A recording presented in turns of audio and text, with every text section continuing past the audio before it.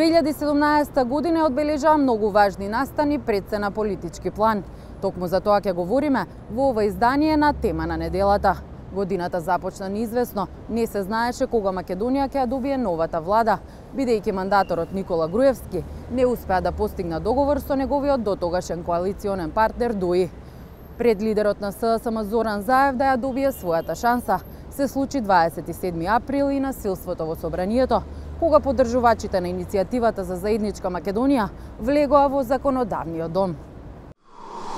На 9 јануари председателот на Македонија Ѓорѓе Иванов му го врачи мандатот за состав на нова влада на лидерот на ВМРО-ДПМНЕ Никола Груевски, чија партија освои најмногу пратенички места на изборите.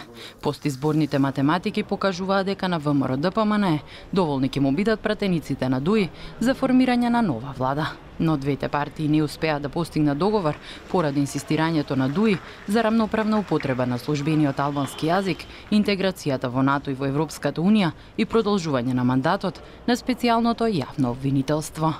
Картите беа во рацете на председателот Ѓорѓе Иванов, кој требаше да му го додели мандатот на лидерот на СДСМ Зоран Заев. По остварените консултации, сакам да ве известам дека мандат за состав на нова влада ќе добие партијата или коалицијата која ќе ме извести и докаже дека обезбедила мнозинство во собранието.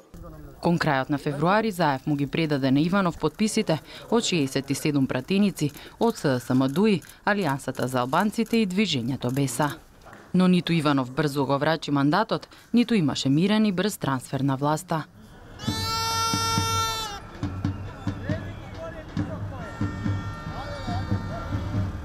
Започнаа секојдневни протести на граѓанската иницијатива за заедничка Македонија, кои бараат од политичарите да не ја прифатат платформата на партиите на албанците во Македонија, да го почитуваат уставот и да се обврзат дека нема да го променат името.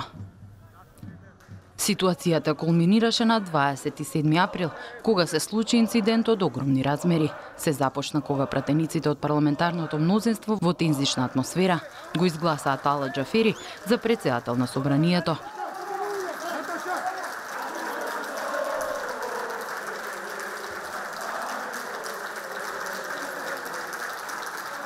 Зоран Заев имаше кратко обраќање до јавноста.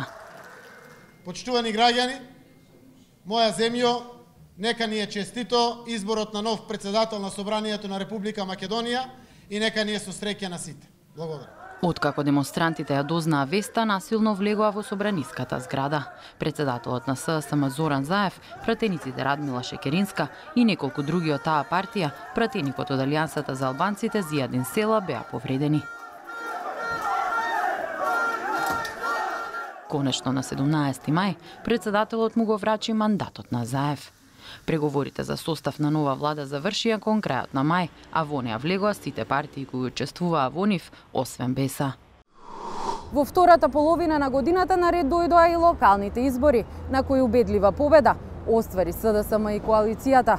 Лидерот на ВМРО-ДПМНЕ Никола Груевски најави оставка, а неговиот наследник беше избран на 23 декември. Беа преземени посериозни мерки за расветлување на настаните од собранието на 27 април. Во составот на новата влада се одржа и локалните избори на 15 октомври, а вториот круг 2 недели подоцна. Епилогот од нив е убедлива победа на СДСМ и коалицијата. Опозицијата освои само 5 градоначалнички места и веднаш по завршување на вториот круг Груевски објави дека не ги признава изборите. Заев прогласи победа, додевајќи од изборите се одвивале во фер и демократска атмосфера.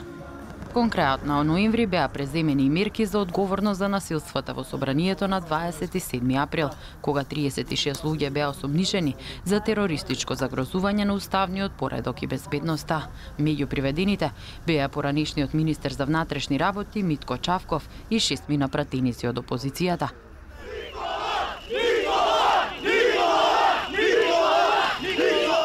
Опозицијата почна секојдневни протести пред судот и Министерството за правда, како и блокирање на крстосници во Скопје и гранични премини. Некаде во почетокот на декември Груевски најави дека ќе поднесе оставка на функцијата председател на ВМРО-ДПМНЕ. Од 23 декември нов лидер на партијата стана Христијан Мицкоски.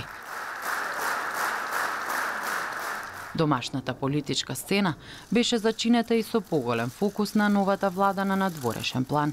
На 1 август во Скопје, премиерите на Македонија и на Бугарија, Зоран Заев и Бојко Борисов, го потпишаа договорот за добрососедство. 2018 година ќе биде клучна за Македонија според властите, токму на надворешен план. Во фокусот ќе бидат решавање на спорот за името со Грција и остварување на напредок на Македонија во евроатлантските интеграции.